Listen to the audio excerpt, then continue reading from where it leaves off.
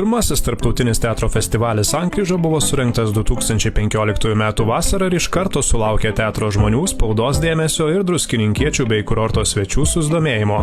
Festivalio spektakliai rodomi Eglės sanatorijoje ir Druskininkų jaunimo užimtumo centre. Kasmet čia galima išvysti jautrias istorijas, kurias pasakoja aktoriai iš Lietuvos ir užsienio šalių.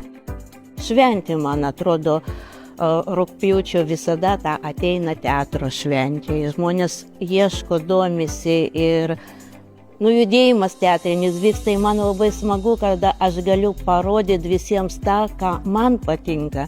Ir kad skaitau, kad žmonės turi būtinai irgi pažiūrėti tą spektaklį arba tą teatrinį reiškinį, nes tai tikrai įdomu.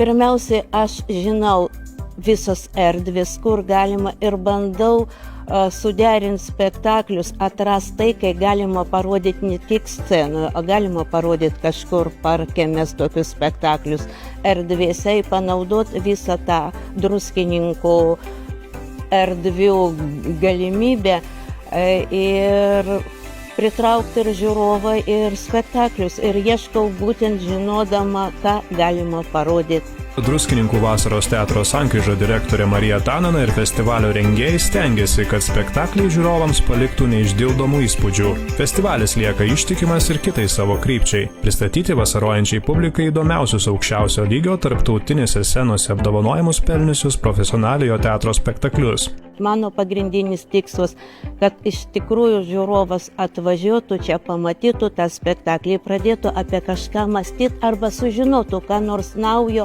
gero, kad išvažiuotų iš miestų, išvežtų tą šilumos ir minties ir atgaivus kažkokį jausmą.